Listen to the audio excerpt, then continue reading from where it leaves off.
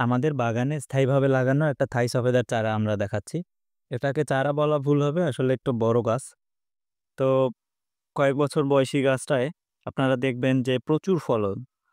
এই থাই সফেদার সাইজ একটু লম্বাটে হয় এবং প্রচুর মিষ্টি হয়। সবচেয়ে বড় বিষয় হলো এটা সারা বছর ফল দেয়। সবসময় ছোট বড় ফল লেগেই থাকে গাছে।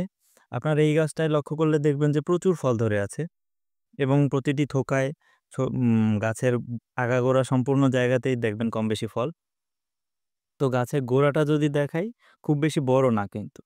তবে বেশ ঝোপালো গাছ। এই গাছে ফলন আছে মাশাআল্লাহ। তো আপনারা চাইলে এই গাছের মাতৃকলম চারা সংগ্রহ করতে পারেন। আমাদের কাছে এর যথেষ্ট স্টক আছে।